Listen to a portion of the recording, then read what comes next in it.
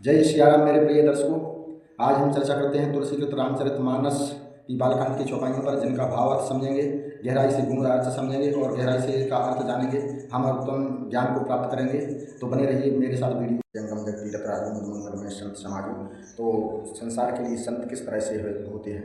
एक तीर्थ तो अचल होता है, जो प्रयागराज के नाम से जाना जाता है, जहाँ हम जाकर शरीर की स्नान करके या नहा कर उसमें हम डुबकी लगाकर अपने शरीर को पवित्र कर लेते हैं। लेकिन मन को पवित्र करने के लिए कोई और प्रयाग नहीं है, जिसलिए तुलसीदास जी ने हमको इस बात का इशारा करते हुए कहा है कि जिम जंगम जग तीरथ राजू मद मंगलमय संत समाजू।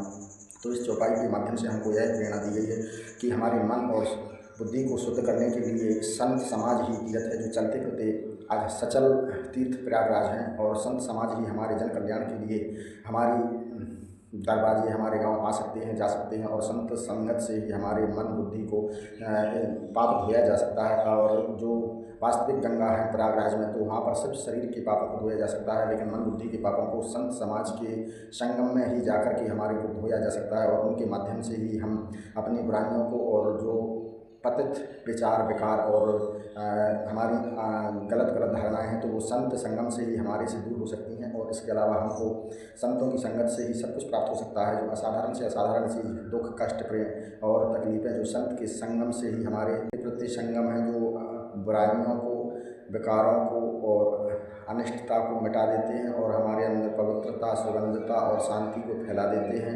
इसलिए हमें संत समाज की संगत करना चाहिए, संत समाज की सेवा करनी चाहिए, संत समाज के साथ रहना चाहिए। और संत जहाँ जहाँ जैसे जिसके घर जाते हैं तो वो पवित्रता फैला देते हैं। इसलिए दोस्तों, हमको संत संगत जिम जंगम जग तीरथ राजू, तो हम उस तीर्थ में तो जब जा सकते हैं जब हमारा शरीर काम कर रहा हो, शरीर में बल हो और हमारे पास समय हो और हमारे पास पैसा हो, तभी हम उस प्रयागराज तीर्थ में जा सकते हैं। लेकिन संत समाज तो चलकर हमारे घर पर भी आ जाते हैं और हमारे घर को पवित्रता और हमारे विचारों को पवित्र और हमारी बुद्धि को शुद्ध और हमारे मन के मैल को धो देते हैं, अंधकार को धो देते हैं, प्रकाश की तरफ ले जाते हैं। तो संत समाज इस संसार के लिए एक चलता फिरता तीर्थराज है। और इस तीर्थराज में हम यदि डुबकी लगाते हैं तो निश्चित ही हम अपने जन्मों के पापों को नष्ट करके अगले नए पथ पर और नए मार्ग पर और नए जीवन को शुरुआत कर सकते हैं। तो हमारे लिए संतों की प्रेरणा लेना चाहिए और संतों की सेवा करना चाहिए और संतों का संगम करना चाहिए, जिससे हमारे अंदर के विकार, हमारे अंदर की बुराई, हमारे अंदर का पाप सब नष्ट हो सकें और हम संतों के साथ रहकर अपने जीवन को समझ सकें और हम अपने अज्ञानता को मिटा सकें और हम अपने अंधकार को मिटा सकें। इसलिए संत संगम से ही हमको जो कुछ प्राप्त हो सकता है।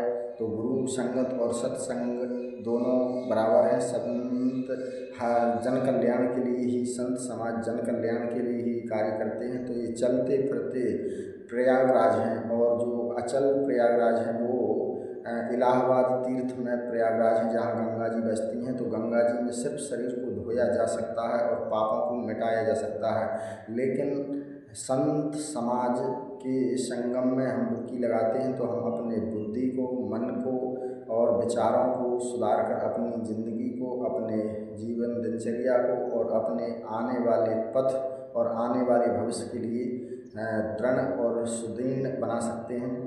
इसलिए हमें सत्संग की सख्त आवश्यकता है और सत्संग हमारे लिए करना चाहिए। और सत्संग से हमें अनेक लाभ हैं, इनको मैं और बिन सत्संग विवेक न हुई, राम कृपा बिन सुलभ न सोई। तो हरि की कृपा से ही सच्चे संत हमको मिलते हैं। तो संत समाज की हमको सेवा करना चाहिए, संत समाज के साथ संगत करना चाहिए, संतों की प्रेरणाएं हमें धारण करना चाहिए और संतों के संगम से ही हमारे जीवन को सुगम और सरल बनाया जा सकता है। इसलिए सत्संग का महत्व समझिए और सत्संग का प्रेरणा लीजिए और सत्संग से अपने जीवन को उज्ज्वल बनाइए।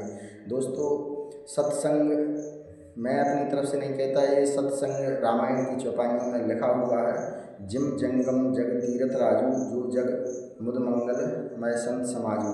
तो इस चौपाई का विवेक वर्णन हमको बता रहा है कि संगम जहाँ एक साथ संत होते हैं तो वहाँ तीर्थ के बराबर उनका फल पुण्य मिलता है और उससे हमारे जीवन में अंधकार मिटता है, प्रकाश फैलता है, हमारे लिए शांति प्राप्त होती है। तो हमें इस सत्संग का